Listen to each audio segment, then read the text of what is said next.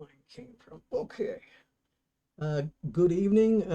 This is the October West Side Computer Club meeting for the Chicago Computer Society. And this evening, our general topic is cybersecurity awareness. It's for the whole month of October every year. I don't know that Stanford had any specific material for this meeting. He does mention in the email that it's a general discussion. I have a couple of a few videos, and I'm gonna play one of them now. And Cybersecurity Awareness Month, why it's important and how you can stay safe online. Here's a quick overview of this presentation. Importance of cybersecurity awareness. Cybersecurity awareness is crucial in today's digital age to protect against cyber threats and cyber attacks that can cause loss of personal and sensitive information, financial loss, and damage to reputation. Protecting against cyber insecurities. There are various ways to protect against cyber insecurities, such as using strong passwords, enabling two-factor authentication, keeping software and applications up to date, and limiting personal information online. Tools for a safer internet. There are various tools and services available that can help make the internet a safer place, such as antivirus software, firewalls, VPNs, and encryption. Agencies for more information. There are various agencies and organizations available that provide valuable information and resources related to cybersecurity, such as the Department of Homeland Security, Federal Trade Commission, and National Cybersecurity Alliance. The importance of cybersecurity awareness. Rising cybercrime. Cybercrime is increasing at an alarming rate, with new forms of threats emerging every day. It's essential to stay informed about the latest trends and take necessary precautions to protect ourselves and our data. Cybersecurity best practices. Following cybersecurity best practices can help you stay safe online, including using strong and unique passwords, enabling two-factor authentication, avoiding phishing scams, and keeping your software up to date. Here are some cybercrime statistics. Global impact of cybercrime. Cybercrime is a global problem, with billions of dollars lost every year to cybercriminals. The impact of cybercrime is felt across all industries and sectors, with individuals, businesses, and governments all at risk. Types of cyber attacks.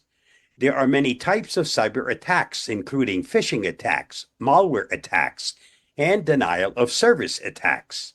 These attacks can be launched through various methods, such as emails, social media, or infected software. Who is most at risk? Everyone is at risk of cybercrime, but some groups are more vulnerable than others. Individuals who use insecure passwords, share personal information online, or fail to update their software are particularly vulnerable. Small businesses and organizations are also a high risk, as they often have limited resources to invest in cybersecurity. Cybersecurity best practices. Password management. Using strong, unique passwords and enabling two-factor authentication can greatly reduce the risk of cyber attacks. Data protection. Backing up data regularly and encrypting sensitive information can help prevent data loss and unauthorized access. Safe online behavior. Avoiding suspicious links and downloads, keeping software up to date, and being cautious about sharing personal information can help protect against online threats. Here are some of the most prevalent cyber insecurities. Phishing attacks. Phishing attacks are the most common form of cyber attack and involve sending fraudulent emails that appear to be from a reputable source in order to trick the recipient into revealing sensitive information. Ransomware. Ransomware is a type of malware that blocks access to a computer system or sensitive data until a ransom is paid. It's one of the most dangerous types of cyber attacks, as it can cause significant financial and reputational damage. Social engineering. Social engineering is a tactic used by cyber criminals to trick people into divulging sensitive information or performing actions that compromise the security of a system. It can take many forms, including pretexting, baiting, and quid pro quo. Phishing attacks. Phishing attacks are one of the most common forms of cyber attacks that use social engineering to trick users into giving up sensitive information such as login credentials or credit card details. They typically come in the form of emails or messages that appear to be from a legitimate source, such as a bank or a social media platform. Ransomware attacks. What is ransomware? Ransomware is a type of malicious software used by cybercriminals to lock users out of their own files and demand payment for their release. How ransomware works. Ransomware works by encrypting files on a user's computer and making them inaccessible without a decryption key that cybercriminals demand payment for. It spreads through email attachments, malicious links, or vulnerabilities in software. Protecting against ransomware. Protecting against ransomware involves maintaining up-to-date antivirus and anti-malware software, avoiding suspicious email attachments and links, regularly backing up important files, and ensuring all software is patched and up to date. Protecting against cyber insecurities. Creating strong passwords. Creating strong and unique passwords is one of the most important steps you can take to protect yourself from cyber insecurities. A strong password would be at least 12 characters long and include a mix of upper and lowercase letters, numbers, and symbols. Using two-factor authentication. Two-factor authentication adds an extra layer of security to your online accounts by requiring something you know, such as a password, and something you have, such as a smartphone or security token, to log on. Safely browsing the internet. Safely browsing the internet involves avoiding suspicious websites, not opening suspicious emails or attachments, and keeping your software up to date. Strong passwords. The importance of strong passwords. Strong passwords are critical to keep your online accounts and sensitive information secure from cyber threats. Best practices for creating strong passwords. Creating complex passwords with a combination of upper and lowercase letters, numbers, and special characters, as well as avoiding common words or phrases, can help you create strong passwords that are difficult to hack. Common mistakes to avoid. Reusing passwords, using personal information or easily guessed words, writing down passwords, and sharing them with others are common mistakes that can compromise your password security. Two-factor authentication. Two-factor authentication is a security process that requires users to provide two different authentication factors to verify their identity. This provides an extra layer of security beyond just a password. Here are some tools needed to make the internet safer. Antivirus software. Antivirus software is a program that prevents, detects, and removes malicious software, including viruses, worms, Trojan horses, and spyware from your computer. It helps to keep your computer safe from cyber threats and ensures that your online activities are secure. Firewalls. A firewall is a network security system that monitors and controls incoming and outgoing network traffic based on predetermined security rules. It helps to prevent unauthorized access to your computer or network and keeps your private information safe. Other security tools.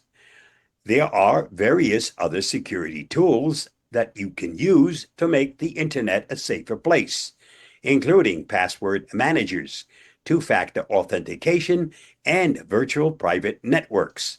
These tools help to secure your online activity and protect your privacy. Antivirus software. Antivirus software benefits.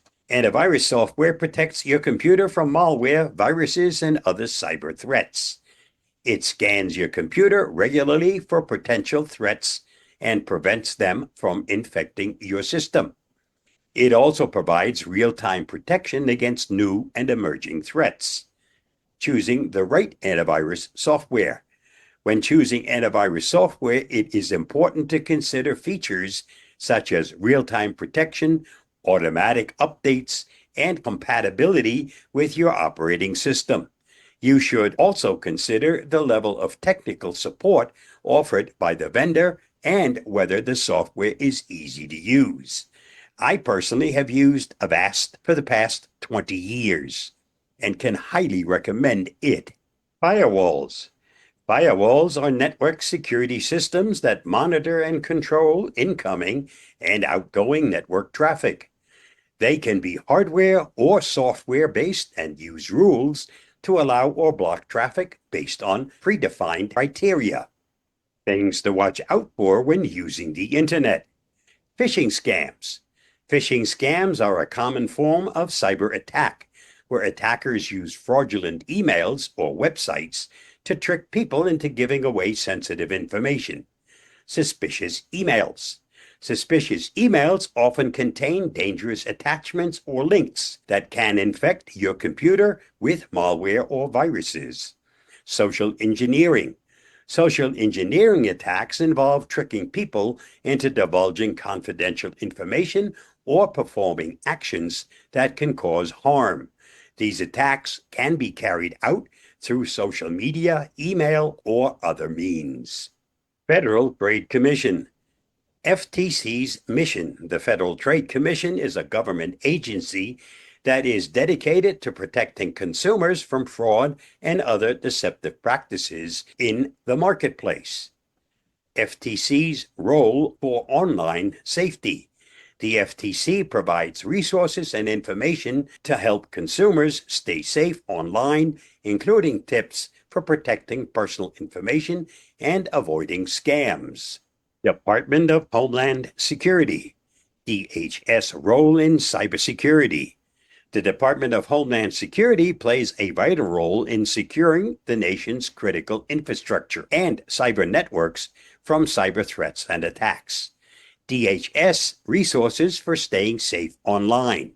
The DHS provides a range of resources and tools to help individuals and organizations stay safe online, including the National Cybersecurity and Communications Integration Center and the Stop, Think, Connect campaign. Conclusion. Following best practices for cybersecurity is essential to protect ourselves from cyber threats. This includes using strong passwords, avoiding suspicious emails and links, and keeping software and antivirus programs up to date. Okay. Stop sharing that one. Okay. Now, from that particular video, as a general introduction for some of you of Cybersecurity Month, it's a case where you have to learn how to use your computer in ways that are different than what you probably are currently practicing. An AV program is essential, but it at best will only catch about half of what is out there in the wild on the internet. Now, the next thing to that is you have other tools, usually in an AV suite of tools. And many of those help stop some of the other pieces of malware and criminal activity from taking over your computer. Also, everybody here uses a browser. And some of us have more than one browser, like myself. There are extensions for some, not necessarily all, of the AV products out there. So you may be able to have a extension of your AV program for online security added to your browser. Another one is, and it's very good, is Malwarebytes Browser Guard. And that program is an extension. And both of those programs or extensions will help your browser stop things from coming in to begin with. And this way, you're a little bit more protected. Then you are falling back to the other tools in your suite along with the AV program, whether it's Windows Defender and its a suite of tools or some other outfits package, such as Norton, McAfee, to name just a couple. Avast is another one. AVG is another one. Bitdefender is another one. Uh, there's lots of them. Some of those do have an extension you can put in for online protection to your browser. There are some browsers that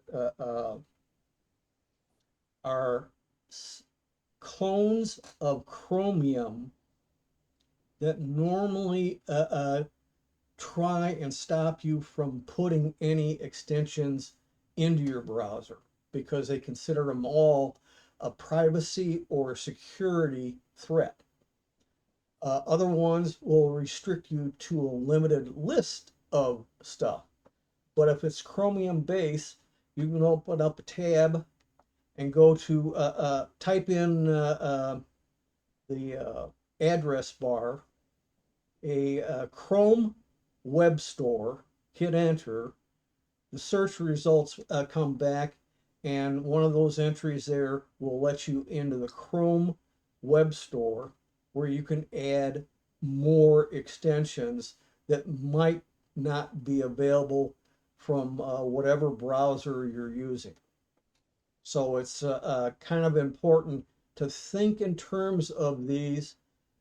You also have to think in terms of privacy. As an example, there are a lot of people that like to use Honey and several other coupon type programs, print out coupons for some amount of discount when they go shopping, etc., etc. Most of them really invade your privacy, which includes cookies, and you can in most every browser stop third-party cookies, not necessarily first-party cookies. uh, and so you may have to get a privacy uh, extension like Ghostery or Badger to help block out some of that stuff and reduce the ability of these companies trying to track where do you go when you're on your computer on the internet. And if they get their way, they want to know anything you're doing at any time on your computer that's through a browser. So that's a real problem. There are now also super cookies. Super cookies are disguised cookies much like disguised malware that will change its signature periodically to reduce the chances of getting detected by AV programs and thus removing them. Well, super cookies, they're very tough to find and get rid of.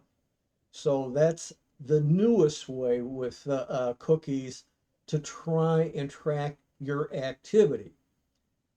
This activity tracking all boils down to your fingerprint of behavioral tendencies on a computer and on the internet. They even monitor your mouse movements.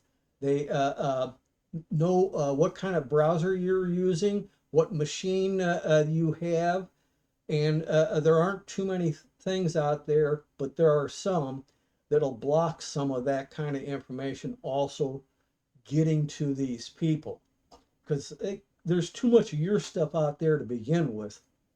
And anybody you've given, like an employer, uh, an accountant, a health system, uh, government agency, all that information is a big target. That's what all the big data breaches are about. And there's probably very little of your information that isn't out on the dark web right now, especially with one outfit in New Jersey a month or month and a half ago that got breached, and they got over 6 billion, I think it was, pieces of information on individuals. So I guarantee you, and I've published in the more FYIs some links to look at see if you're one of the people that's out on the dark web. It goes by email address. So a person like me, I have around a dozen different emails. You take each one of your emails one at a time, put it in, and give it a little bit of time, and it'll come back and let you know if your information is out there on the dark web under that email address. Uh, Another one is the BBB has now got a link to a page of theirs for information on scams going on so that you can if you get an email and you're a little suspicious of it, you're not certain that whether this is a scam or legit, you might be able to go to the BBB site and be able to get information if it is a scam. But these days, it used to be, even in this country, most people did not tend to lock their doors or windows. And you got to be either real naive or real brave to do that anymore, particularly in urban and suburban areas.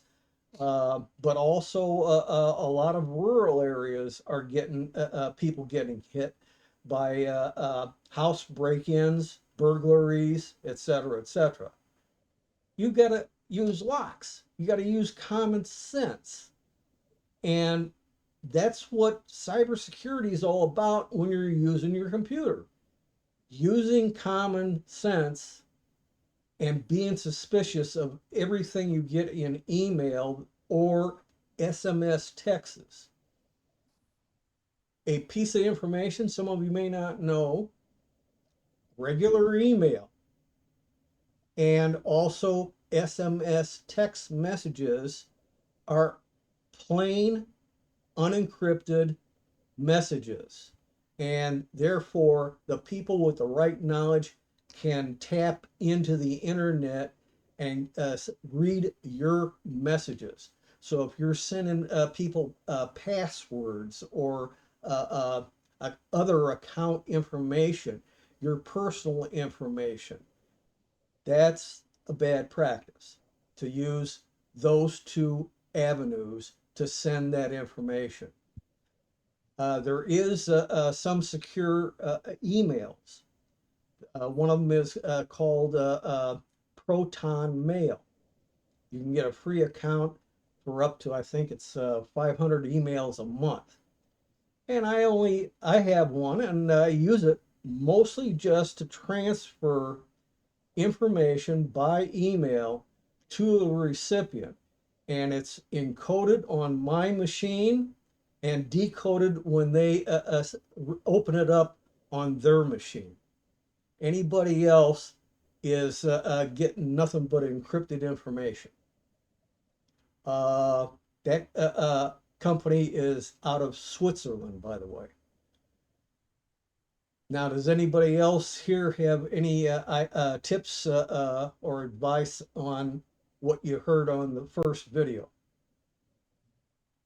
One of the problems that I've noticed, Tim, you just mentioned you have a number of different emails. I also do. My wife has one email address that she uses for everything. Today she asked me, she said, well, she just got an email from Netflix about they needed to update the credit card information. Yeah, And of course, I I have I use different email addresses for different things. Like Netflix is on a certain email, and I said, well, I know that I set up Netflix with one of my email addresses, and so it wasn't on her email address. So I obviously know that that was a scam. right.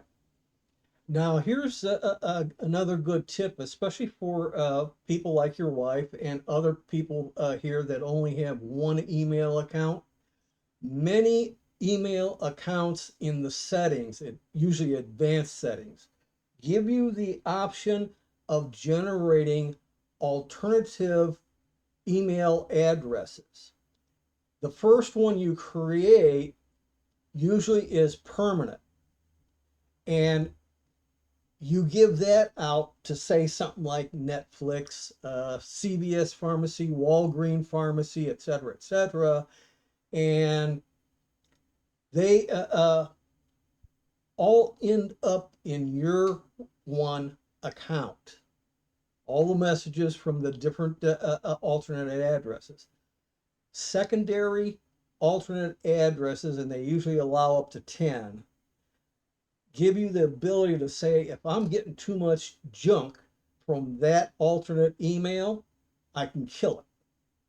You just have to remember that anything that's a real permanent type account, potentially, like Walgreens, CVS, if you do business with Walmart, et cetera, those are more permanent type ones. And there you want to use like that second uh, address that you generate and use the other 9 of those alternate addresses as something that's a throwaway, especially if you are required to register for something to get something you want off of the internet and they want your email address. That's when you give them one of those other 9 alternate addresses and you then take and at any time you want to, you can kill that address and create a new one. So that's another way of getting around some of the problems. But this requires forethought on most people's parts. Uh, if you haven't done something like that before, what you have to do is go into each of the online accounts that you consider uh, permanent type accounts and change it to an alternate address that mask your real address from them. And it's usually in your user profile and under security. Now, the other is If you've got other temporary accounts that may come and go, you can go into them also, log in, and change them to a different email address and password also. It's a little bit of work on your part, but once it's done, the most you have to do is keep track of what address you used with each one of those online accounts. I grant you that's a lot of potential work, but you brought up also that you looked at the address that they were sending to, and it Yeah. wasn't right. And that's the tip off. That'll have your alternate email address. So that's also a source. If it's one of my email alternates, that's fine.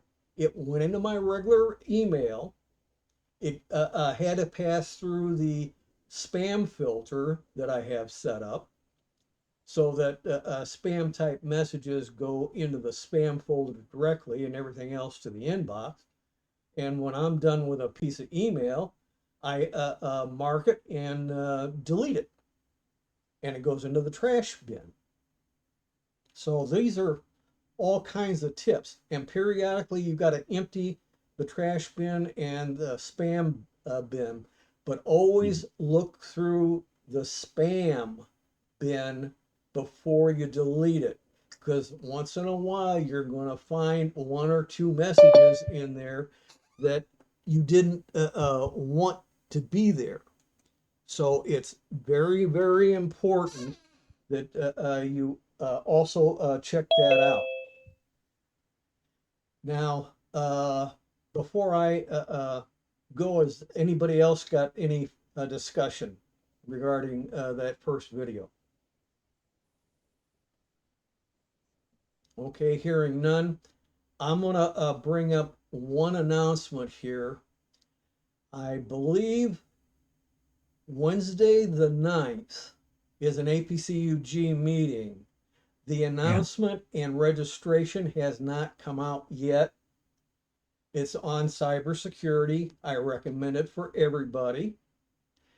Once you get the copy of the email, you got to click on the link that'll bring up a Google form, and you got to put in 4 pieces of information. This is not hard. You put in Chicago Computer Society for the group name. You put in your first name, your last name, and you put in the email address you want the invite sent to. And then you verify everything you type for typos or misinformation.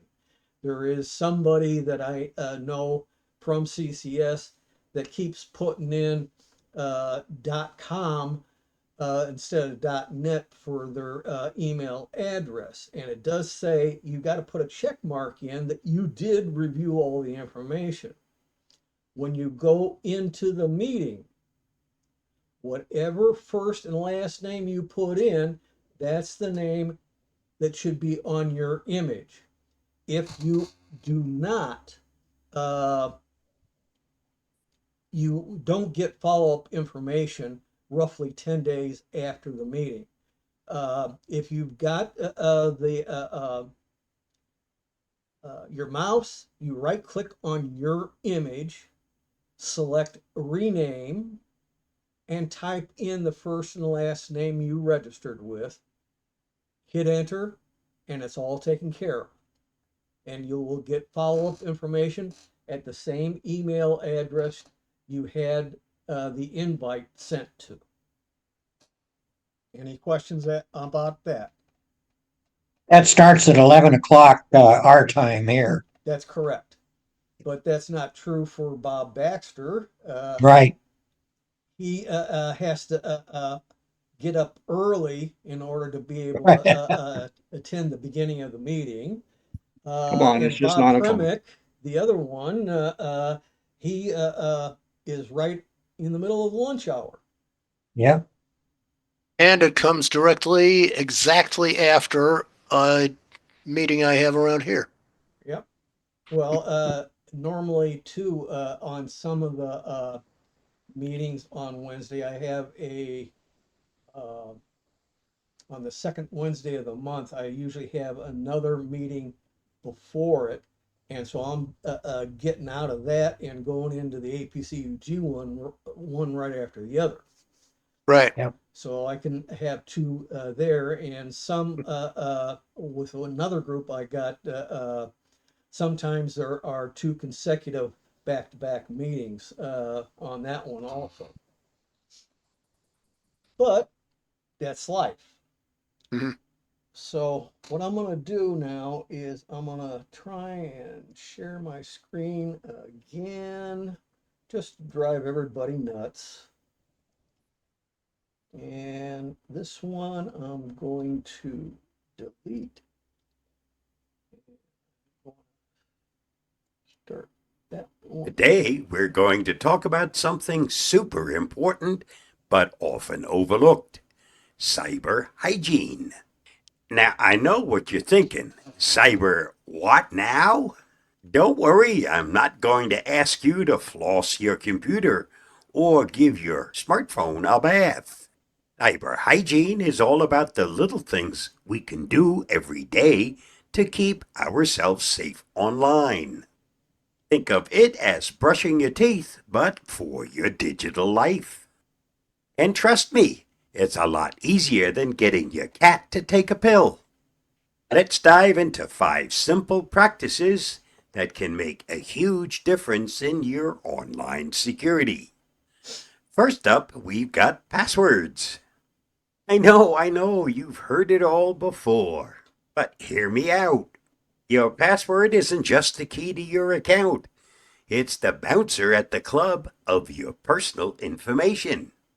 You wouldn't hire a scrawny bouncer named Password123 to protect your club, would you?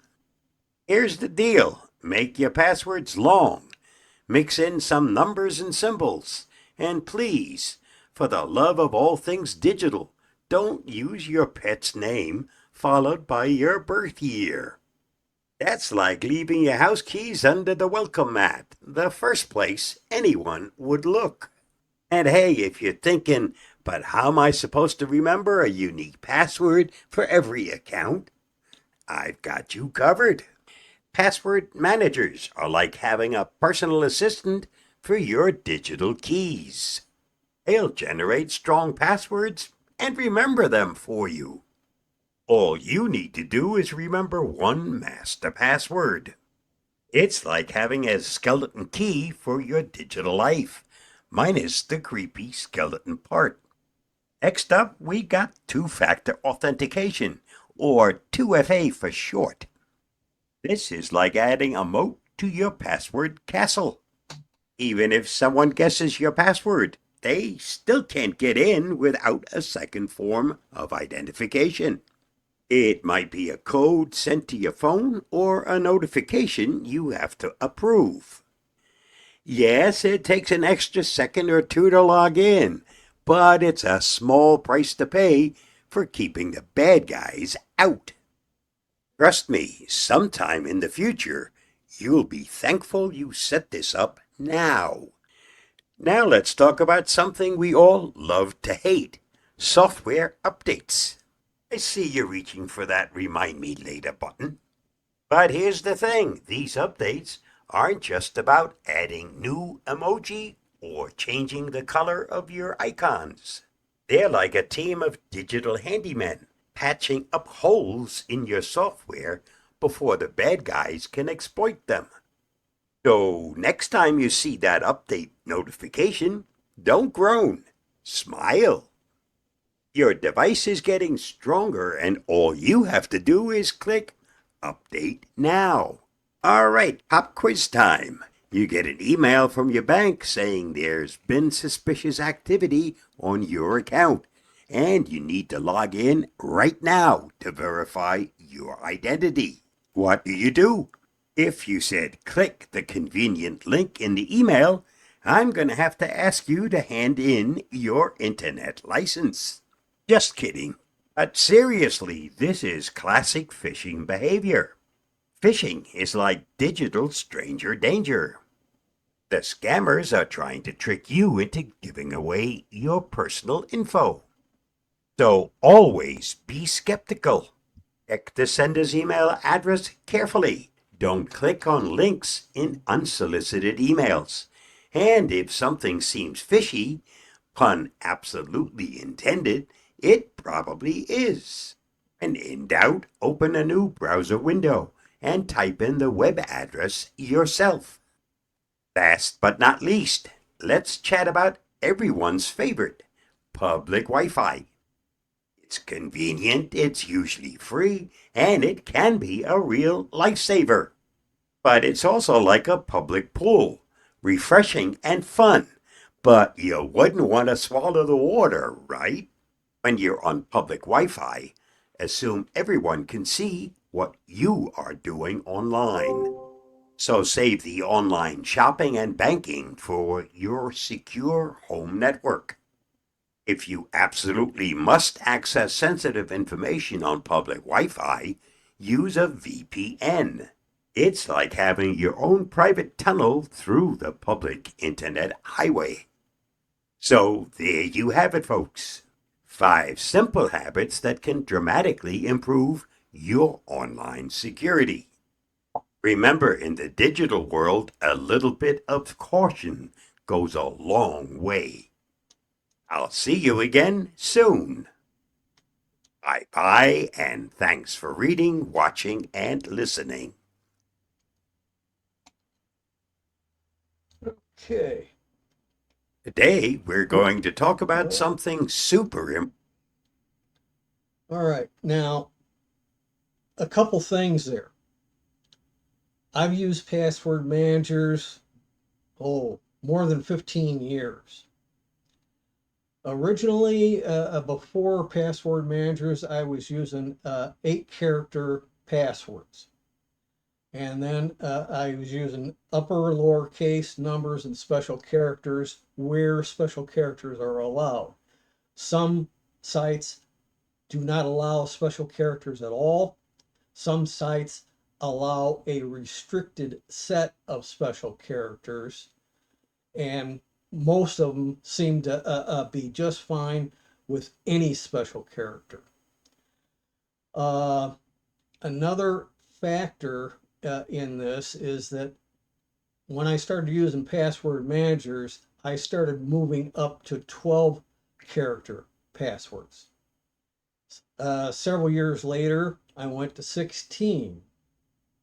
Now I'm at 20 character passwords.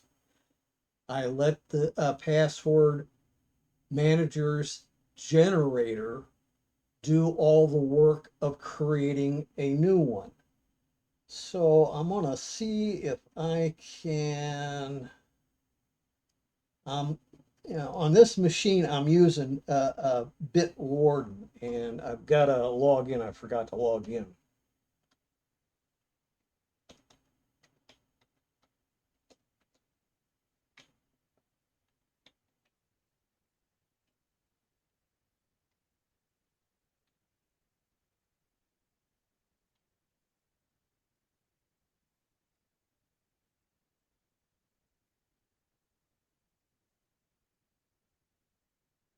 Yeah, have to do it again. I could use the reveal code, but then you would know what I was using, and that would not be smart since we are uh, recording this and going to put it out on the internet.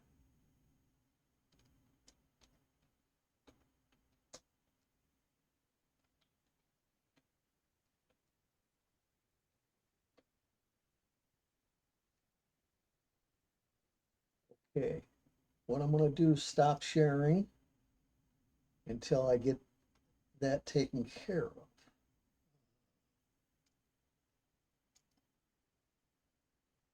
And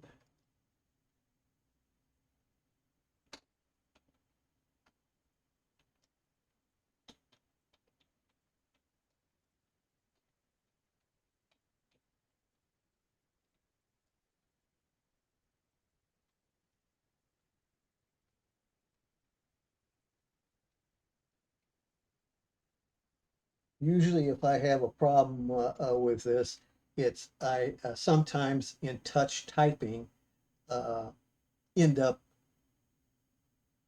doing a light touch on the key, and in doing so, I end up having big headaches.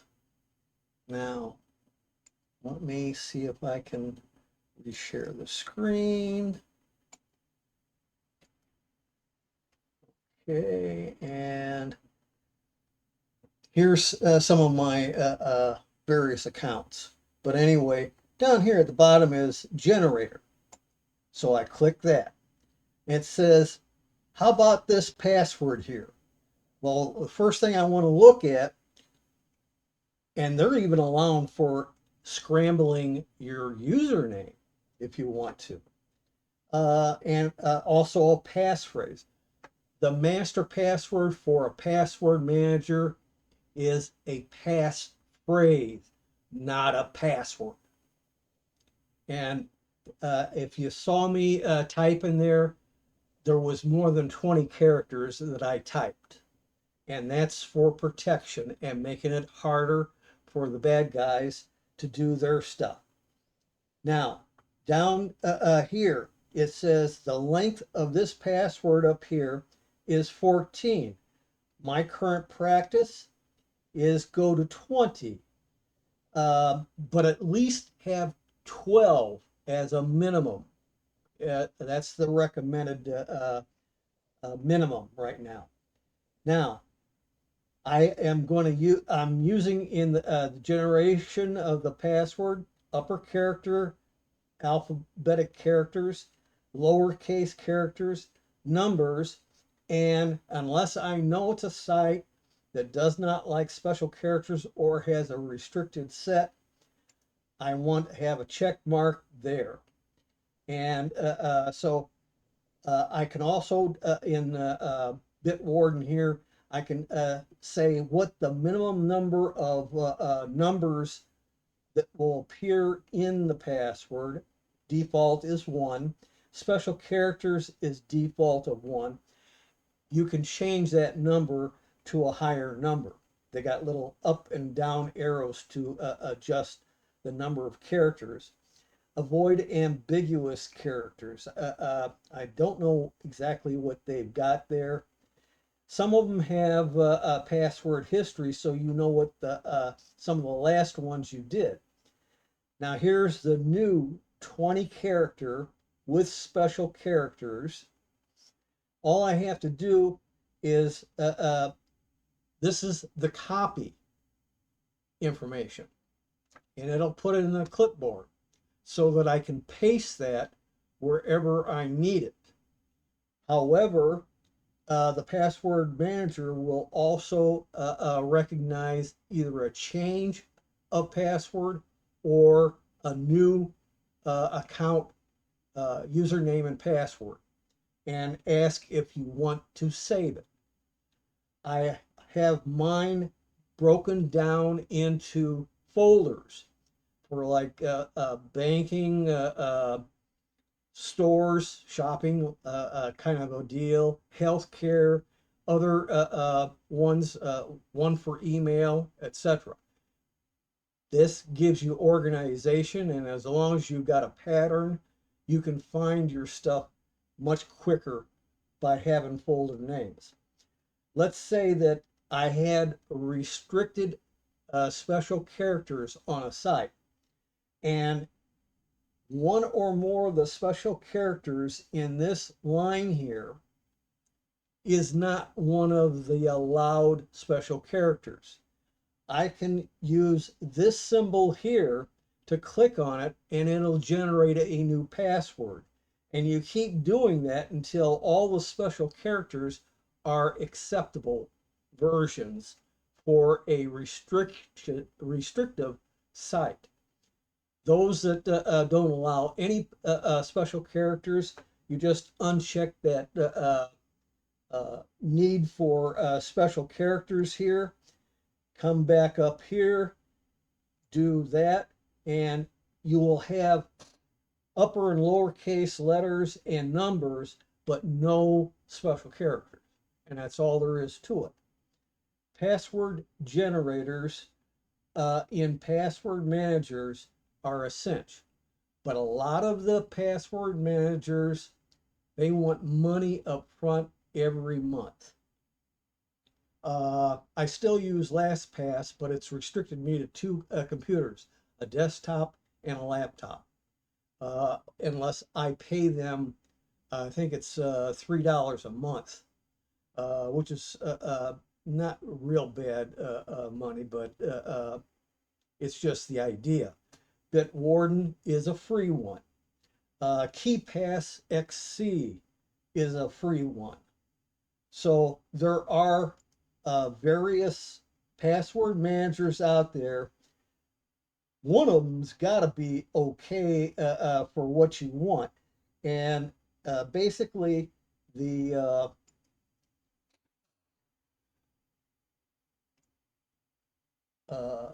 hang on one second here. I gotta hang on.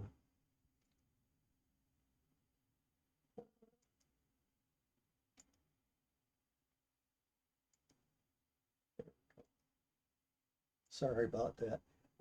So generally speaking, there's got to be something in the way of a password manager out there.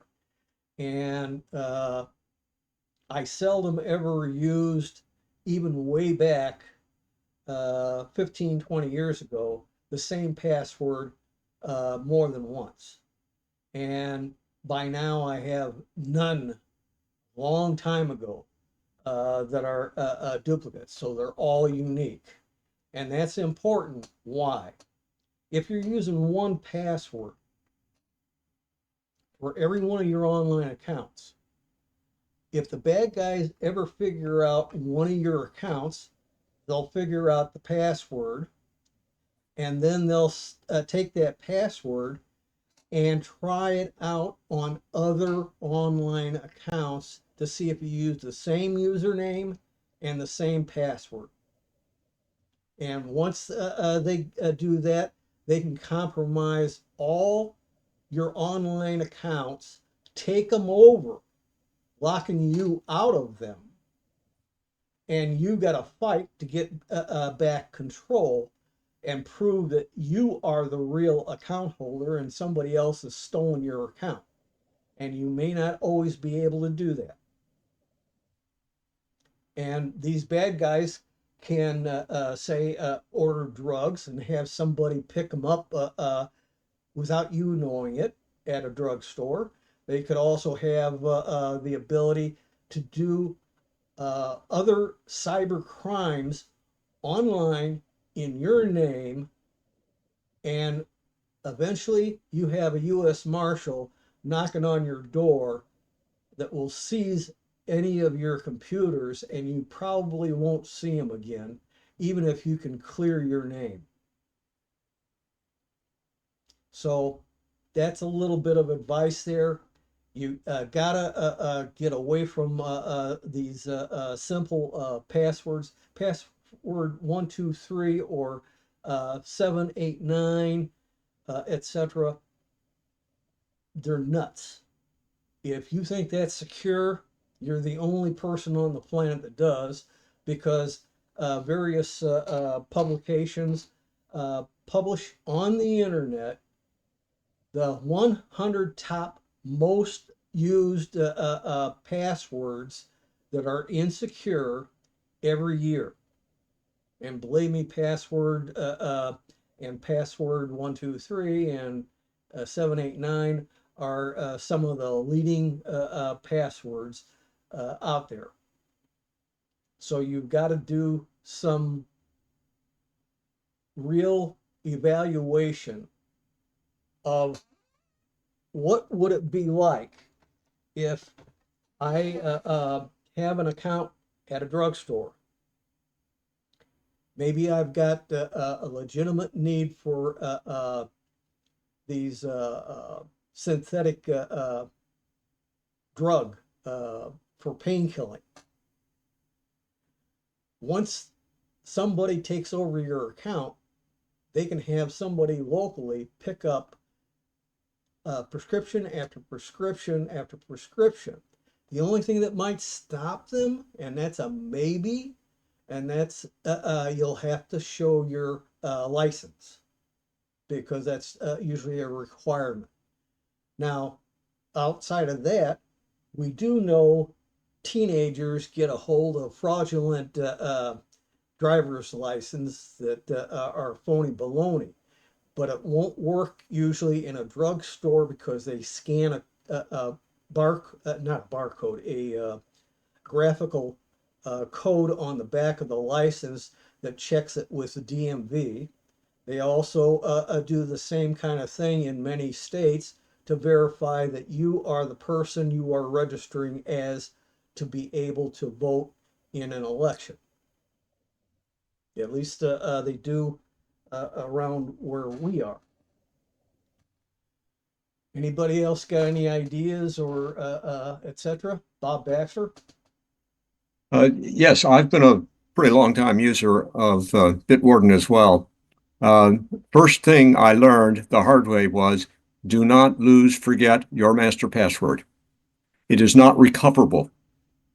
Fortunately, I had learned one of their little tricks. There's a tool in there that will allow you to make a copy of your contents of your safe in a CVS file, like a spreadsheet.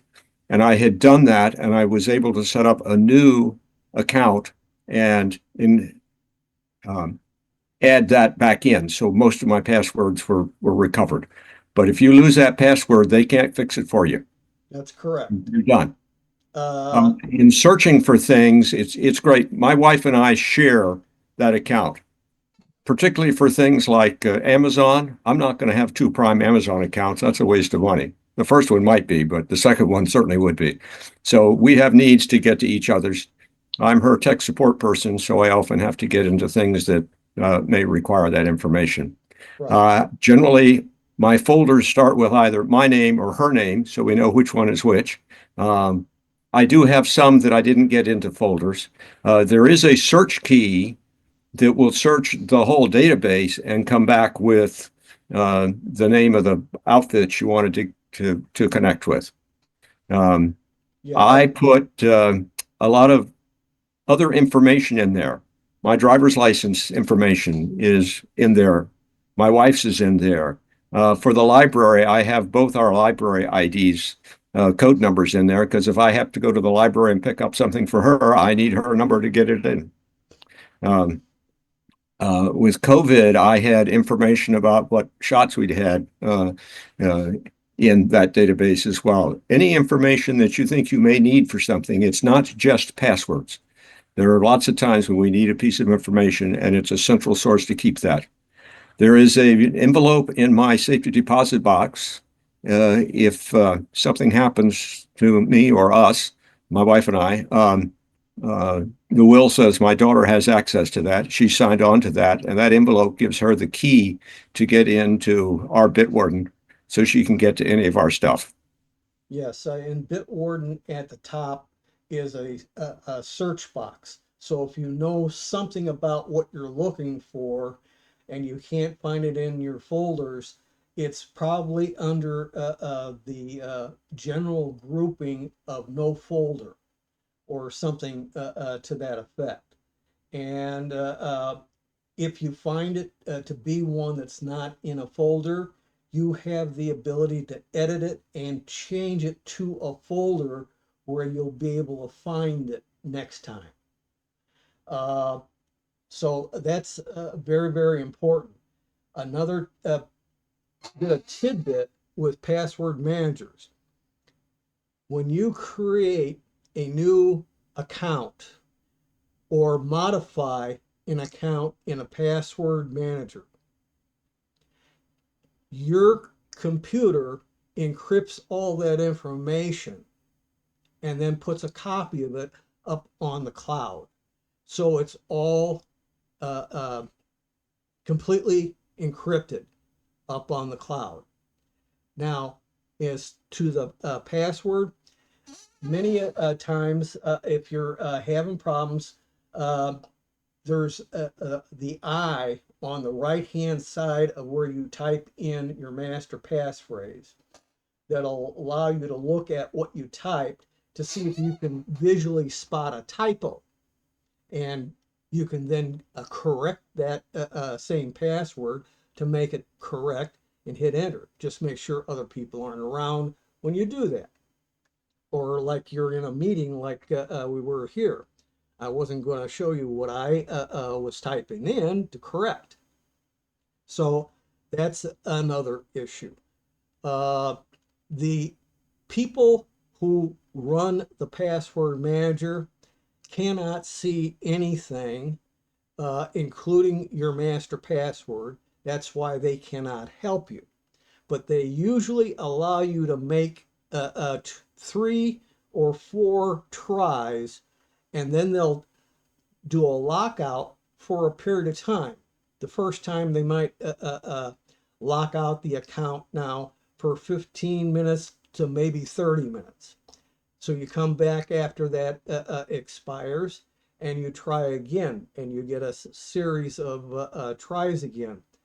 But if you really can't remember that master password, they can't help you.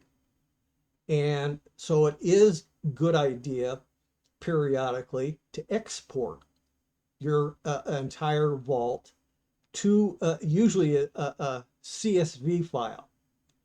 And that's a spreadsheet type file. And that can be imported back in if worse comes to worse. Okay. Now, here's the bad part. Once you import that listing of information, you don't want to leave it on your computers, any computer, period. You either put it off on like a flash drive or something like that and put it in a secure place. But generally speaking, if you get a malware infection, they may find that file with all your password information for all your online accounts, and you're dead meat. So keep that in mind. You got a good tool that in a password manager, it will generate strong passwords for you if you let it. And it has the ability of being exported, but you don't want to keep that on the computer. If you export it, you get it off the machine and you make sure it's permanently deleted on your computer. That usually means that you highlight in File Explorer that file, and you hold down the Shift key and hit the delete button, and it will ask, do you really want to permanently delete this file? That makes it unrecoverable. And you say yes. And that gets rid of it altogether. No recovery software can bring that file back to life. So you got to be very conscientious about this kind of stuff, or you're going to be putting yourself, maybe your family, at risk if you don't use some real common sense. Now, I'm going to see here. This is another one of the videos I've got here. This is about 10 minutes. Ever had that creepy feeling when your phone shows you an ad for something you just thought about buying? You didn't search it, didn't say it out loud, yet there it is, staring back at you from your screen. What if I told you your smartphone might be tracking more about you than you ever imagined? Stick around, because in the next few minutes, we're going to uncover the truth about how much your phone actually knows about you, how it's collecting your data, and more importantly, how you can stop it in its tracks. We carry our smartphones everywhere. They're practically glued to us. But while they keep us connected to the world, they're also constantly collecting information in the background. From location data to browsing habits, apps and services are quietly siphoning off your personal data and sending it to, well, who knows where. And what does that mean for your privacy? Well, the short answer is it's disappearing. You might think, I have nothing to hide. But do you really want companies, or worse, hackers, knowing where you are, what you like, and who you talk to? Let's dig into what's happening under the hood and what you can do to fight back. Here's the kicker. Your smartphone is always listening, watching, and tracking. Let's break down some of the ways it's gathering information. Location tracking. Your phone constantly knows where you are, even when you're not using GPS. Apps collect this data to provide location-based services, but they also sell it to advertisers. Suddenly, your trip to the coffee shop isn't just your business, it's theirs too. Microphone access. Ever get the feeling your phone is eavesdropping on your conversations? Well, apps with microphone access can listen in on what you say, even if you're not actively using the app. Yes, they claim it's to improve your experience, but you have to wonder, improve whose experience? App permissions. Most apps request a laundry list of permissions when you install them. Do they really need access to your contacts, camera, and messages? Nope, but they want it, and once you grant that access, they have free rein to gather all sorts of personal data. Background data. Even when you're not using an app, it can still be active in the background, collecting data. It's like a spy in your pocket, silently taking notes on your activity. Wi-Fi tracking. Ever notice how your phone automatically connects to public Wi-Fi networks you've used before? This convenience comes at a price. Your phone is constantly scanning for Wi-Fi networks, which can be used to track your location and even your movements from store to store in a shopping mall. Bluetooth beacons. You might not even know they exist, but Bluetooth beacons are all around us. These small devices can communicate with your smartphone when Bluetooth is enabled, tracking your location and interactions. Retailers use them to know which aisle you're in and even push specific ads based on where you are in the store. Gyroscope and accelerometer. Bet you didn't know your phone's gyroscope and accelerometer, the sensors that track motion, can be used to spy on you. Some apps can collect this data to infer your movements, like how often you pick up your phone, where you're walking, or even how fast you're driving. Third-party data sharing. When you install an app, you're not just sharing your data with that app developer. Many apps sell your data to third parties, advertisers, data brokers, and who knows who else. So when you're using that free app, it's likely profiting off your personal information. Keyboard tracking.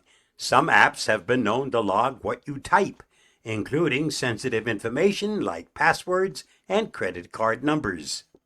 Even if this data is anonymized, it's still unsettling to think about the level of access some apps have. Ad trackers. Even if you've turned off personalized ads, there's no guarantee that ad trackers aren't still following you around the web.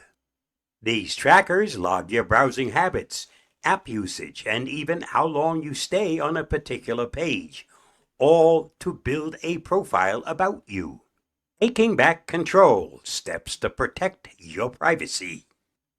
Now that you know how your smartphone might be spying on you, it's time to fight back. Limit app permissions. Don't let apps have more access than they need. Go into your phone settings and review what each app is allowed to do. Don't be afraid to deny access to your microphone, camera, or location if it's not absolutely necessary. Turn off location services. Sure, it's convenient to let your phone know where you are, but do you really need every app knowing your exact location 24/7? Turn off location services for apps that don't need it. You can always toggle it on when you actually need it. Use a VPN. A virtual private network can help protect your browsing data by masking your IP address and encrypting your internet traffic. It's an easy way to add a layer of security to your online activity and keep prying eyes out. Disable background app refresh. If an app doesn't need to be active when you're not using it, turn off background refresh. This limits the app's ability to collect data while it's in the background, and it'll also save your battery life. Win-win. Turn off always on listening features. Voice assistants like Siri, Mr. G, and Miss A are convenient, but they're also always listening.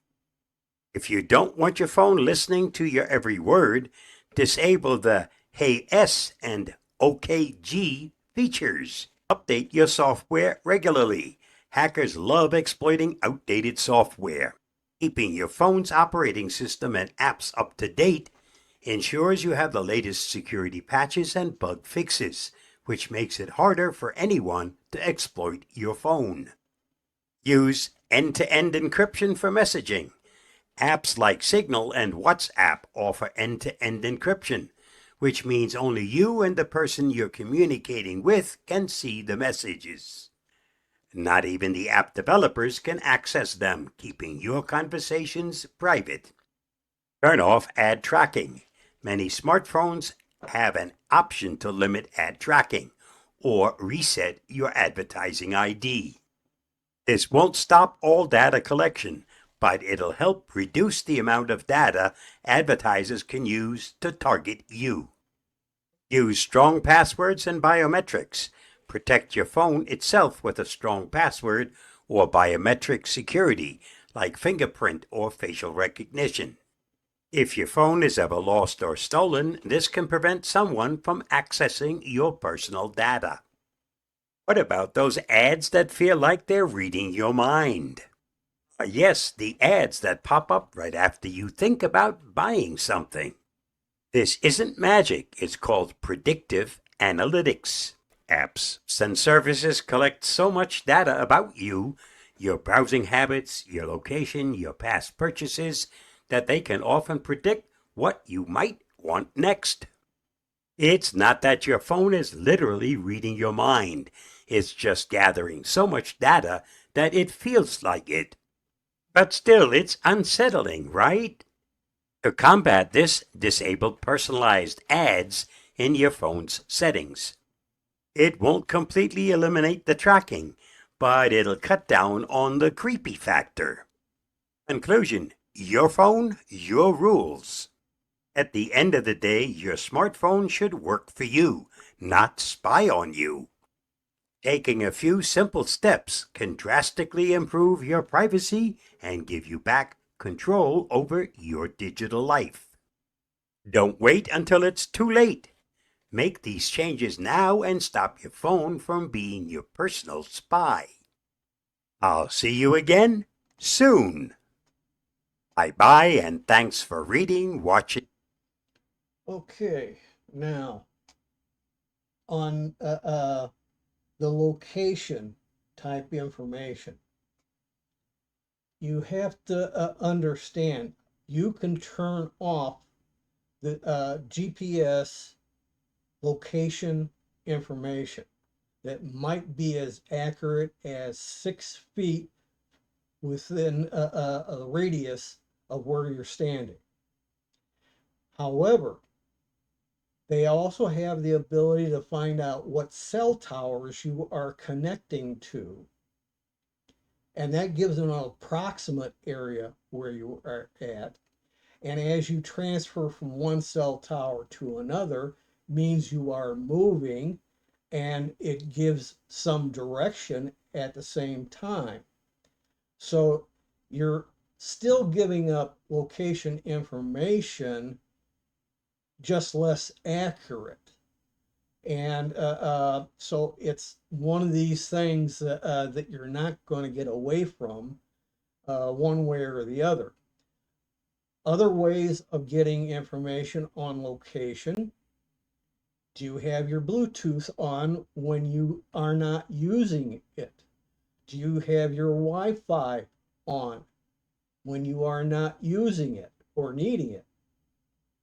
Bottom line is, those are other ways of them getting your location information, and probably a little more accurately as well. So you have to, again, be kind of paranoid, basically speaking, because if you're not, then you're giving away a lot of information, and that's how they can use predictive analysis to be able to figure out what kind of served up ads you would be interested in. And some of them are going to be not legitimate by the cyber criminals. And they're going to try and collect as much of your information as they can get you to type in. So remember that part too. Anybody got anything further on this topic? Okay, I've got one more, and that's the end of the videos. Cybersecurity is more critical than ever, especially with hackers seemingly treating your data like it's a free buffet. Let's break down some of the latest technologies and tools that can help you lock down your digital world without needing a computer science degree or becoming a superhero, though a cape wouldn't hurt. Number 1, artificial intelligence, or AI, and machine learning, ML. Picture AI as your digital watchdog, sniffing out threats faster than you can say data breach. AI and ML are becoming standard tools for identifying patterns in large volumes of data. They help detect unusual behavior, like that time your cousin tried to log into your Netflix account from Peru when he's never left Ohio. How it works. AI analyzes behavior across systems, quickly identifying and responding to anything suspicious before it causes harm. Why it matters. It speeds up detection of potential breaches, which can save your data and your sanity. Number 2, zero trust architecture. Zero trust isn't a reflection of your feelings about your teenager's browser history. It's actually a smart cybersecurity model. It assumes no one inside or outside your network is trustworthy by default. How it works. Every single access request, whether from a user, device, or app, is verified and authenticated. It's like a bouncer checking ID every time someone enters the club, even if they were just there 5 minutes ago. Why it matters. This minimizes the risk of insider threats and limits the damage if an external attacker does get in. Number 3, multi-factor authentication, or MFA. Password 123 is officially canceled.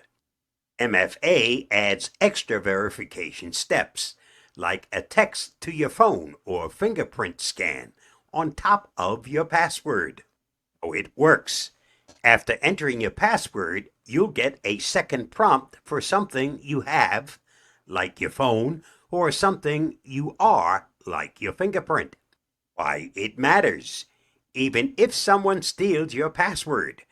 Pro tip, don't make it password 123. They won't get in without the second layer of authentication. Number 4, extended detection and response. XDR.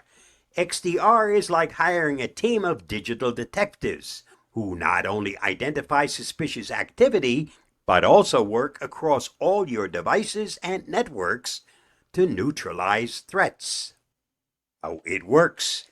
XDR integrates data across email, cloud, servers, and endpoints, giving security teams one dashboard to monitor and respond to threats. Why it matters. It provides broader visibility and faster response to attacks across different platforms, which is great when you've got hackers coming at you from every angle. Number 5, Secure Access Service Edge, SASE. SASE, pronounced SASE, is the cool new kid in cybersecurity, combining cloud security with network optimization. It's designed to secure your company's digital infrastructure, even if your team is scattered across the globe. How it works. It merges network security functions like firewalls and VPNs into a single cloud-based service. Why it matters. With more people working remotely, SASE keeps your data safe no matter where your employees log in from, home, the coffee shop, or the beach. Number 6, Endpoint Detection and Response, EDR. Think of EDR as a security camera system for your devices, laptops, smartphones, tablets, you name it. It constantly monitors them for any sketchy behavior. How it works. EDR tools watch what's happening on your endpoints or your devices and alert security teams when something's off. Why it matters. It keeps individual devices from becoming weak links in your cybersecurity chain. Hackers only need one unlocked door. Number 7, data encryption. Encryption is like sending your messages in a secret code that only the right people can decode. Even if a hacker intercepts your data, they'll just see gibberish unless they have the key to unlock it. How it works. Encryption converts data into a coded form. Only users with the right decryption key can access the original data. Why it matters. Whether you're sending emails or storing files, encryption keeps sensitive information hidden from prying eyes. Number 8, Cloud Security Posture Management, CSPM. With everyone and their grandma moving data to the cloud, it's essential to keep your head in the clouds securely. CSPM tools help ensure your cloud setup is configured properly and not leaving any gaps for hackers to exploit. How it works. CSPM tools continuously scan for misconfigurations or vulnerabilities in cloud environments and recommend fixes. Why it matters. Misconfiguring cloud services is one of the most common causes of data breaches. CSPM helps you avoid accidental open invites to cybercriminals. Number 9, behavioral biometrics. You already know fingerprints and facial recognition, but behavioral biometrics adds an extra layer by monitoring how you interact with your devices. Yes, even how you type or swipe is unique. How it works. These tools analyze things like typing patterns or mouse movements, making sure it's really you using the system. Why it matters. It's hard for hackers to mimic your unique behaviors, making unauthorized access more difficult. Number 10, password managers. If you're still storing passwords on sticky notes, it's time to move up. Password managers generate and store complex passwords, so you don't have to remember them all. Seriously, who has time for that? How it works. Password managers create strong passwords and store them in an encrypted vault. You only need to remember one master password. Why it matters. This ensures all your accounts are protected with strong, unique passwords, reducing the risk of one weak link. Final thoughts.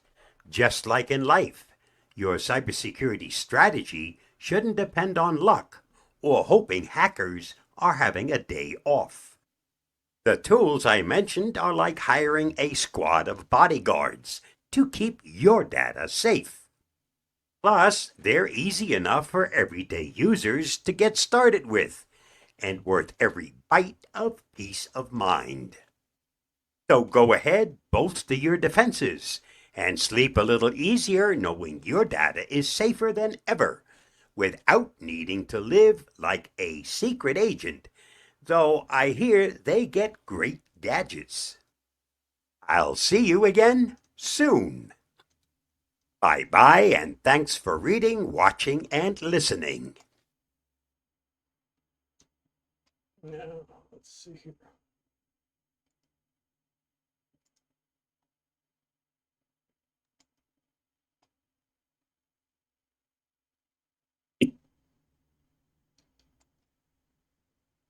Okay.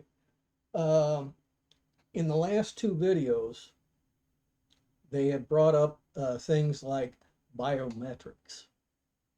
I don't like it. I try and avoid it as much as possible. Why?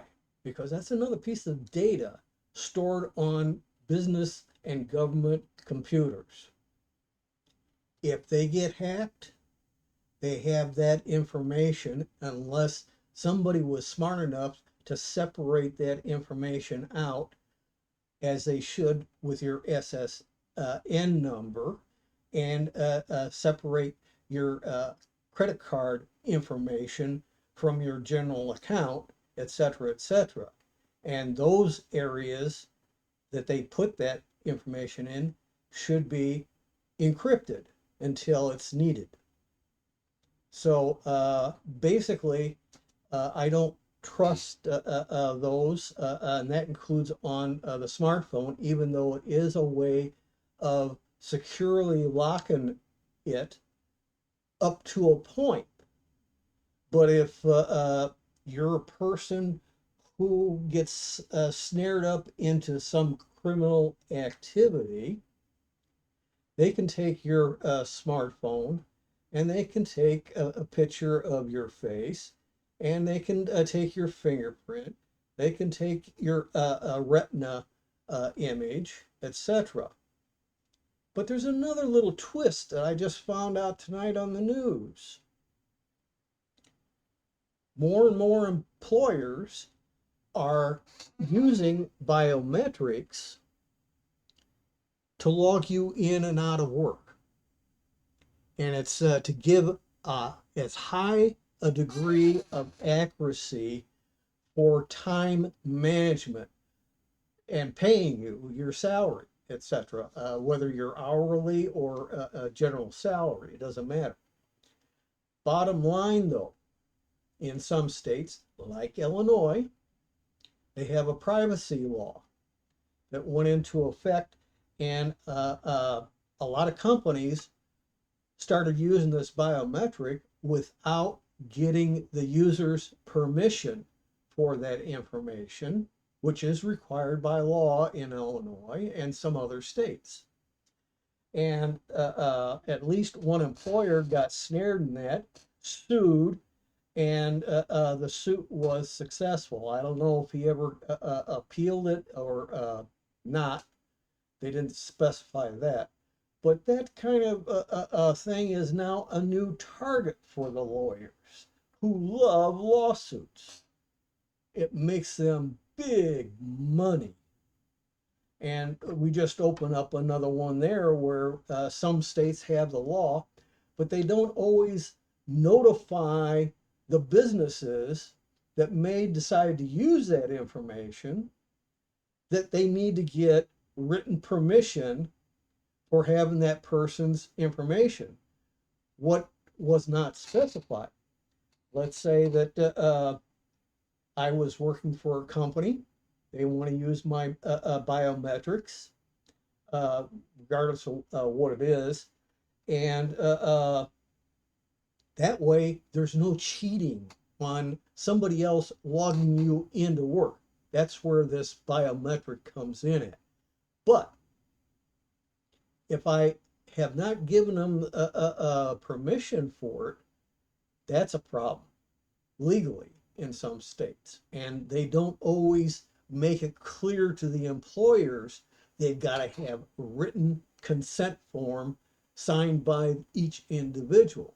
What happens if somebody says, no, I'm not going to give you my biometric information? For one thing, that company could be in a data breach. And now bad people have your biometric information and can pretend to be you. There is no protection for that kind of a violation. And the another question that will eventually get into the courts is, since I said no to the biometric information, can they fire me and get away with it? That I know is going to end up in the courts as well. That's a certainty. Anybody else got any ideas or information to pass along to others?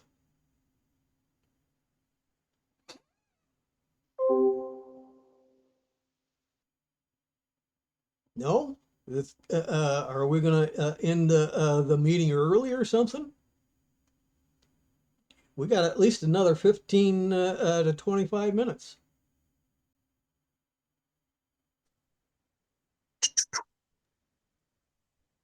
Okay. If that's it for everybody, then we can call it a night. Dennis, do you have your hand up because you have something to say? You can raise the hand underneath the screen. That's what it's there for. Yes, that's right. Now, I can't hear you, and neither can anybody else.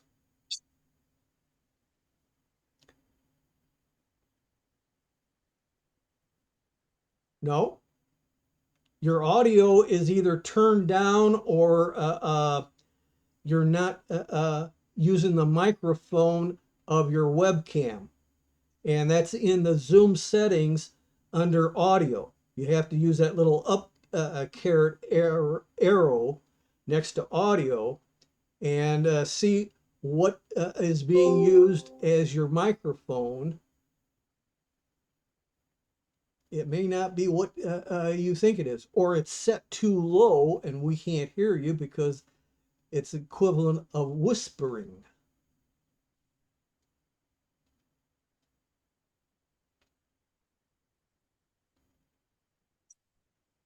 We're still having no luck with you, Dennis.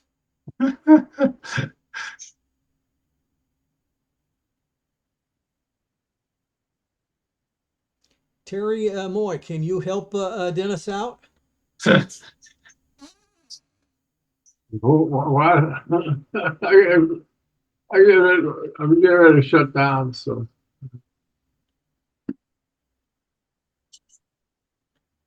The only thing I can think of right now, Dennis, is click on the chat button and type in your question or comment.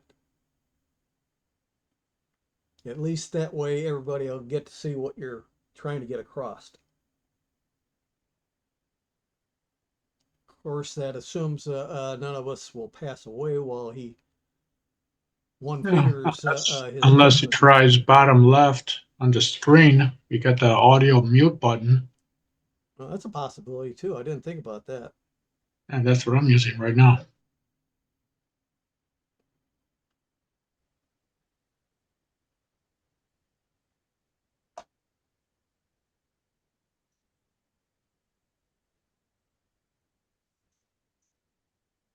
Hmm. Maybe he's pressing on the space bar. No, he's not muted, so he's alive as far as that goes. It's his microphone is not passing the audio through, and that's either because he has it set too low. You have your sys tray on the bottom right. There's a speaker there. If that's muted, that's what Aldo was mentioning, and that'll block your audio. But usually that's playback audio. He can hear us, he just can't speak to us. And that usually is only from the audio in Zoom not recognizing either his microphone or it's set too low and therefore not picking up his voice and passing it through. Okay, it is muted, unmuted. Well, hang on a second there. Let me bring up Chromebook. Good night, Jim. Hey, we just heard you. No, you're muted. That was Jim. Oh, it was Jim? Okay. Or was it Terry? It was probably Terry. Dennis has got his microphone turned off. No, Hello? he's Hello? yep, There you got go. you now. Can you hear me? Well, that's interesting. I went to the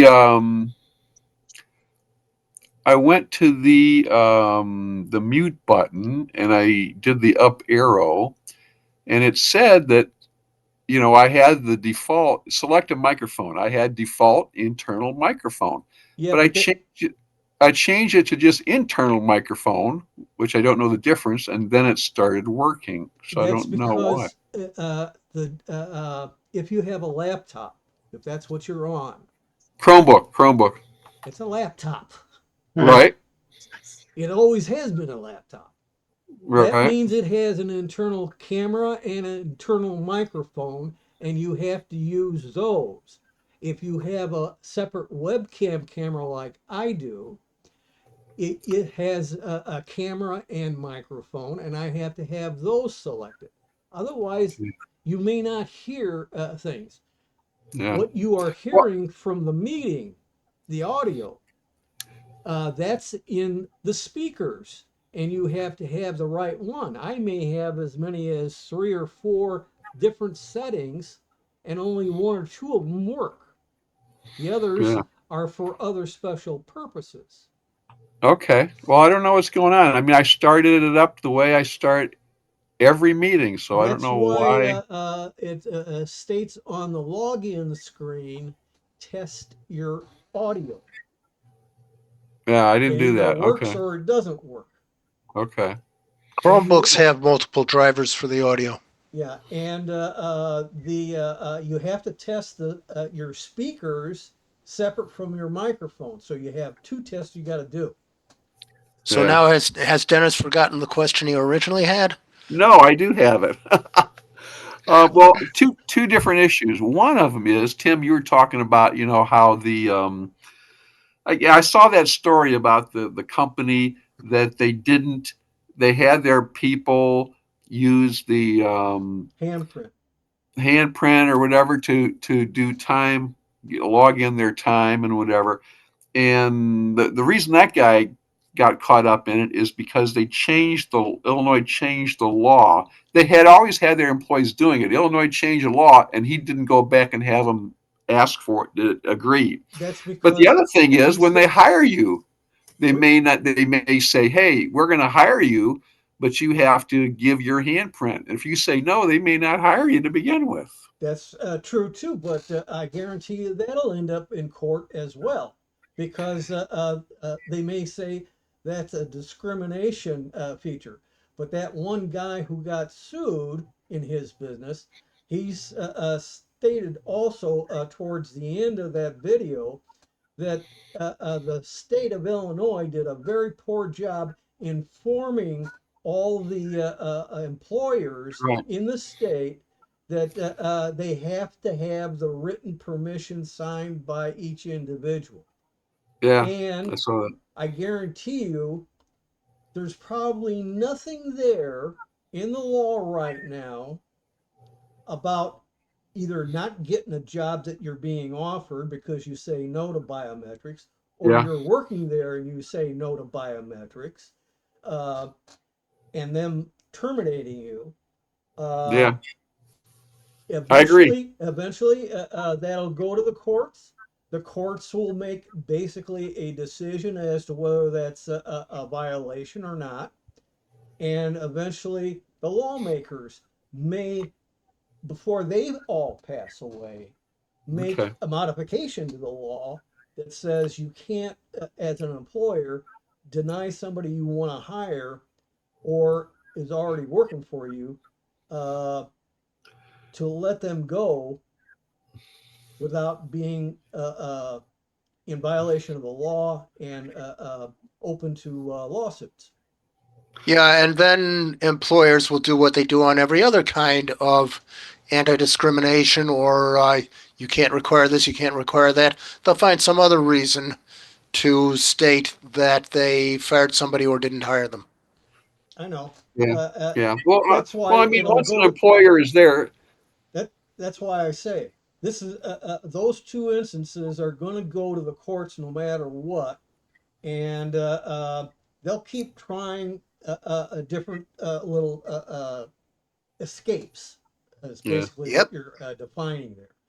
But if the legislature will do its job in a timely manner, if it hasn't already done so, then they should take away most of the possibilities that these companies will try and use as a mechanism to get around the requirement of the privacy law. Yeah. It's Oh, different topic. It has to do with the. I have two questions in regard to using, LastPass or the Bitwarden thing, and it's this. I mean, there's been other movies. I've heard people talk about the benefits of it, and Tim, you talked about how you use it for a long time. Works great. I don't understand. I don't use it, but I don't understand how it works. Question number one is, does it work on a cell phone as well as your computer? that depends upon the product you're getting. Uh, for example, LastPass. You can either use it on a mobile device or you can use it on a laptop, desktop computer, Okay. and do it free as long as you do not exceed two devices. Okay. Now, if you want your password manager on both the phone and on your, say, tablet, laptop, and desktop, usually you have to pay some fee. It's not too bad usually, but a lot of the password managers out there want as much as 12 bucks or so a month Okay. to use their product. Okay. Well, I'm trying to understand how it works. So my wife does everything on her cell phone. She got an Apple phone, and I'm trying to understand how it works. So when she goes to log into her bank, it comes up, to log in. You put in your user ID. How do you, since you're in their software, their login screen, how do you then launch or bring up your LastPass to put in the password? I can't visualize how you do that. On a phone, I can't tell you because I don't use it on a phone myself. Okay. Okay. Uh, Sanford, you might want to ask him because I know he does some of that kind of stuff, and he may have the Okay. answer. On a phone, it'll look a lot like an authentication app, and authentication apps can just pop up anywhere. Yeah, see, normally on a tablet, laptop, and desktop, they are usually associated with the browser, okay? Because you have an extension you put into each of your browsers. And once you're logged in that browser to that password manager, it knows, oh, I'm on Yahoo. Oh, I'm on AOL. Oh, I'm on Zoom. Oh, I'm on Walgreens. I'm on CVS, et cetera, et cetera. Because you have an entry, perhaps, already inside that password manager. That's how it knows what it is. If you go to a site that you do not have in the password manager, you have to go through the process of either uh, modifying your password and or username, possibly the email address. And when you modify any one of those three, the password manager, if you are logged in, will say, hey, wait a minute, do you want me to save that information? Now, most of them, when it asks you to save, they may give you an option there of specifying what folder you want to put that piece of information in. And if you don't have a current folder where you want to store that piece of information, usually you can type in a name that you will call that folder, and it'll make the folder and put the entry. Anytime you change an online account's password, maybe because you heard about a breach and they recommend you change your password, great. You go in to your online account, log in properly, go to your account information, and under security, you usually have an option there to change the password. And you have your password manager generate the password that you want to use and paste it in to that account. And that means you're also logged in to the password manager beforehand. And as soon as you hit enter to accept the new password, it should say, should I, in the upper right hand corner area for most of them, save this information? And if so, it'll save all the information because they also save a URL. That's how they determine when you're in a browser on a site, they know what site you're in because Okay. the Okay. URL is stored there. Got it. Got it. Okay. I didn't know. I didn't realize how that works. So it knows when you create the password, it knows the URL and where it's supposed to pop in. Okay. Got it. As long as you get it properly stored. Now, Yeah. sometimes I have seen a fluke happen where it didn't get saved in the password manager, whether it's a change or something brand new. And I have to go through the changes again. I make sure that I am logged into the password manager first. I go through some additional changes, and then it'll give me the option. But sometimes when I'm using the generator, I copy the information to the clipboard and I paste it into a notepad text file and let it sit there. If everything goes good, my account's all set up, it's up to date with the correct password, I'm golden. I can now not save that notepad note unless you're on 11. 11 now automatically creates a backup. There you've got to delete the tab that you were putting that information in, and that will eliminate it being saved. Okay. Okay. And And third question I have is something that Bob, you put in the chat, and I'm not quite sure what it meant. License which qualify as real ID also have a hologram which can be scanned, and I wasn't quite Yep. sure what you're saying there. For What? security purposes or authentication purposes, Uh, a real ID contains a hologram, which is part of the card, and that can be scanned if somebody has the equipment. yes, and see, here's the thing: you get real IDs from the state you live in. and Well, you have to take at least 2 or 3 pieces of mail that have your name and address when you go to the license bureau to renew your license, and that will give them the information they need to make your license have a gold star on it. That means it's a real ID the TSA is looking for if you ever go on an airplane. right. So I've got a license. I don't have it with me, but that has the star on it. Give it. But what you're saying is there's also a hologram on it somewhere that's scanned and can tell them that that star is legit. I just thought they see the star. That's it. But there's something else they're No, no. scanning on. Yeah, there is. There's a Okay. few different security features in there. Yes, Okay. several of them. I'll do a brief. See that scribble like? Yeah. That's a code. And Okay. if I go to vote on November the 5th, I have to present this license.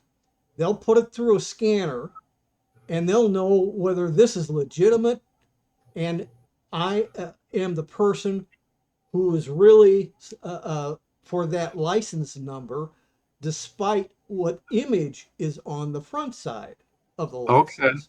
Because Okay. this is one of the ways teenagers try and get fake IDs is they get a hold of somebody else's stuff, they put their picture on it, and Yeah. hope nobody notices. Okay. And that same code on the back there, if you get pulled over by a cop, he scans it too. It's the same basic reasons. Is it legit? Is it not? If you go travel on an airplane, TSA is going to want to know what your license is. Okay. So Okay. bottom line is they have multiple ways in different states. Some of the states now, I know California is one, I believe from the sounds of it, from Bob Baxter, Washington State may have it too, where you can, instead of getting that physical license, you put it on your smartphone. I don't know what Really? the hell you do if you lose your smartphone and or it's stolen in a robbery. But that's Yeah, your problem, not my problem. what's on the smartphone, of course, will not have these added security features. That's right. Okay. Uh, Okay. I'm stopping asking questions because I see Wayne has his hand up and Jim has his hand up. So yes, Jim. So for Dennis, if your wife you does all her stuff on an iPhone, I think the iPhone has a built-in password manager called Keychain. Only key, if you have iOS 18. It's a new feature. If you don't keychain. have, if you got an older iOS, you don't have that. Okay. But that's kind of like browsers. All of them have encrypted password saving capability, uh, but there's a few little downsides to that. Number one, it might be crackable. I don't know. It used to be they were all passwords were in plain text, so anybody's malware could steal it. And two, it limits you usually to only 10 accounts. A lot of people have a lot more than 10 accounts. Number three, when if you're not doing this on your phone, which goes with you, any device you save in the browser password manager doesn't go with you. It's sitting there at home. It's stuck on the machine. Now, Mm, some of that can be overcome through the syncing function, which means you always have to log into your browser with an account name to have the syncing available. To get it to your phone would require the syncing also, but also it might, and I don't know this for a fact, uh, require you to sync your phone to that computer. Okay. A regular password manager is got a copy in the cloud, except for some of the versions of KeyPass, which goes onto a USB stick, and you have to plug in the USB stick to get access to your password information. That USB stick would also have to be able to handle not only possibly type A, but type C, and the old version of iPhone jack that they thought was better than type C connector. But you'd have to have a flash drive that has multiple capability. Okay. So, whereas if it's in the cloud, you just connect your phone browser to that cloud account and you're logged in, and then you use it any way you want to, like you do on a regular computer. You got to remember, a smartphone is smart because it's a computer to start with. They added the phone connectivity to the computer. But there are a lot of laptops you can get, including Chromebooks, that can have cell service, usually for data only.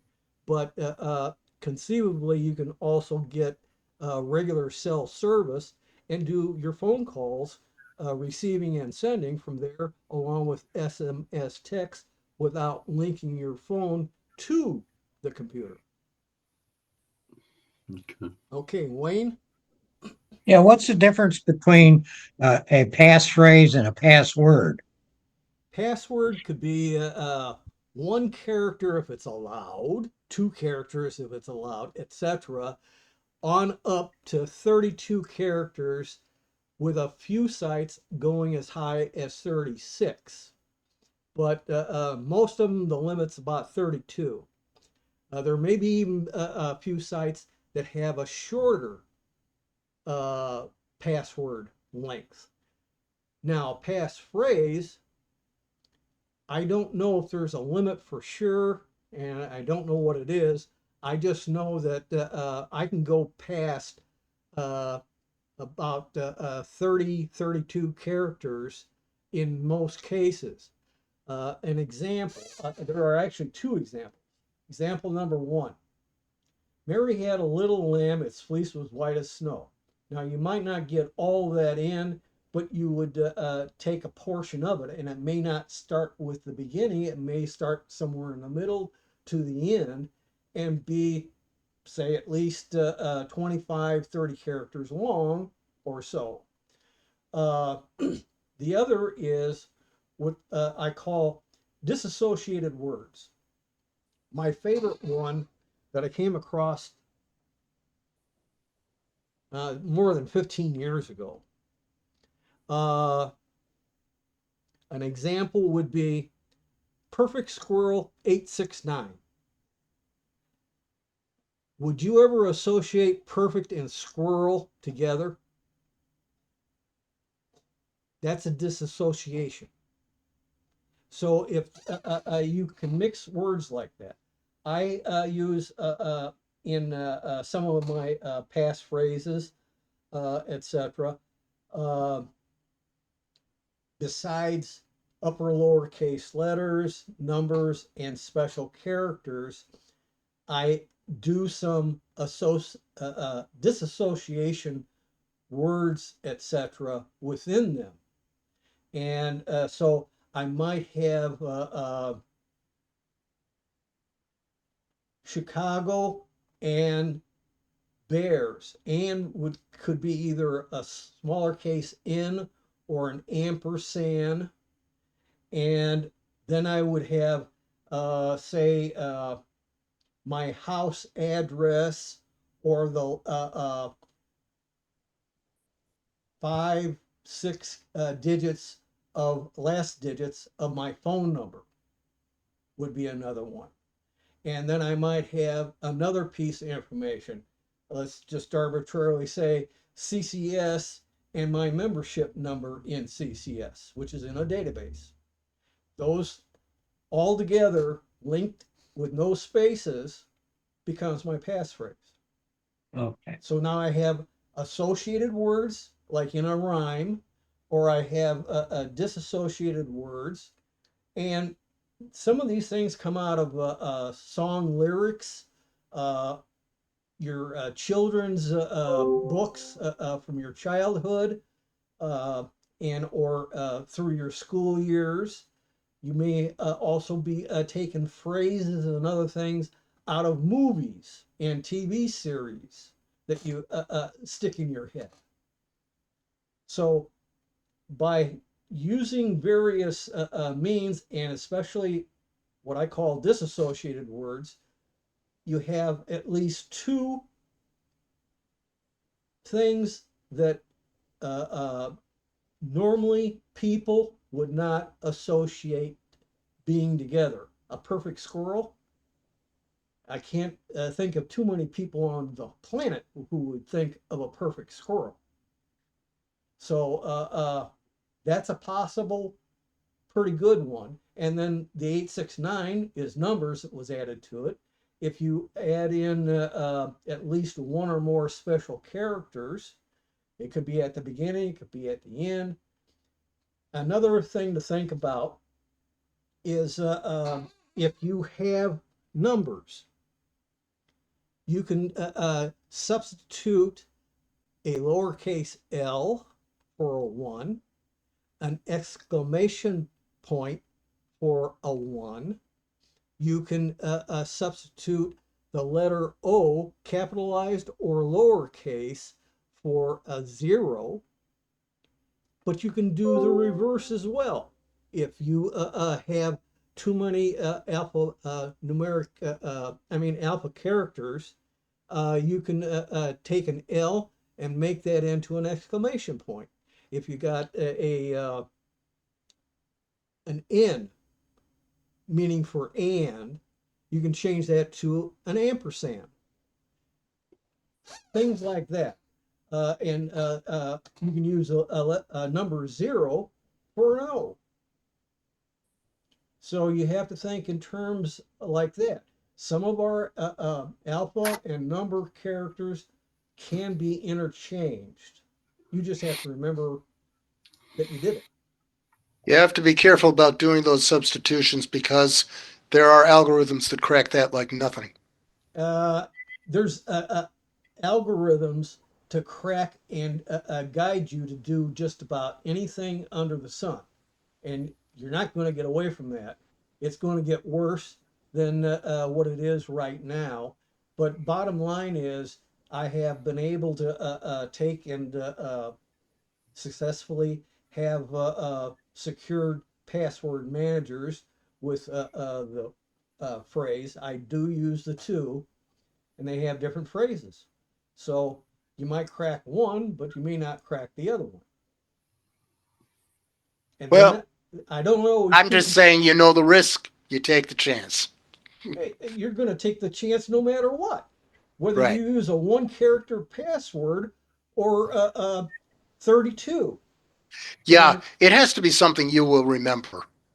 well, yeah, you usually make it, it depends upon your memory. That's why I brought up lyrics in songs, movie and television series phrases that you hear, rhymes, uh, some kind of a phrase in the books you read as a child, Yeah. all the way through your education, etc., etc. There's all kinds of sources out there, and you don't have to start them off at the beginning. That's the fallacy.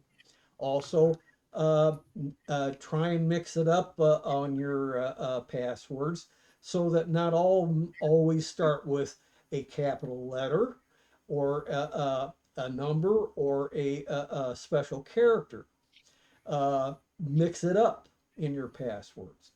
Uh, in some of my passwords, um instead of a word uh, being all lowercase or start on off with a capital letter as the first letter, I don't pick that. I pick another consonant in the word. And it may be the second, third, fourth, fifth, whatever, depending on the length of the word to begin with, that I use. I don't use the vowels. Well, let me ask about that thing that Wayne said, what's the past phrase? So if you got a phrase, only the good die young, are you saying that all the websites that you use, all your passwords will have that passphrase in them as part of the password? No, no, no, no, no, no, no, no, no, no, no. Oh, Most of the time, you can use a passphrase in place of a password. A password is at least 12 characters or more, up to 32 at least, that you're going to be able to remember of a mix of stuff, okay?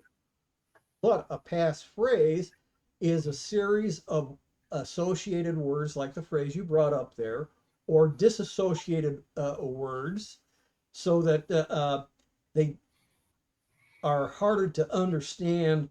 That perfect in squirrel, I don't know if okay. there's an algorithm out there right now that would figure So, that so one you're out. not so you're not trying to use the passphrase to be part of all your different passwords. It's just No, for it, one account. it's Yeah. the account. The password manager account requires a passphrase. You do want that as long as it will take it. In other words, if they do have a limitation how long that passphrase can be, you want to make sure that you stay within that limitation, but don't Okay. make it too short either. Uh, I would say at least 30 characters, okay, or better. And the other thing is that with the passphrase, you and passwords. I don't care which you use on online accounts. You can use either one, a password or passphrase, for those sites. But they must always be unique. You never reuse any password or passphrase. Okay.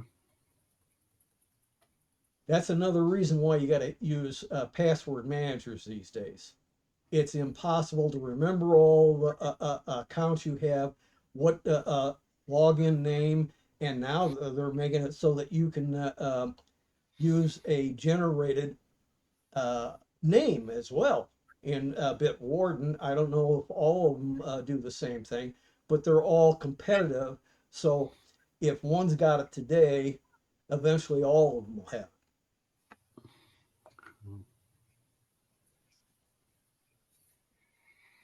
it. Anything else? Nope.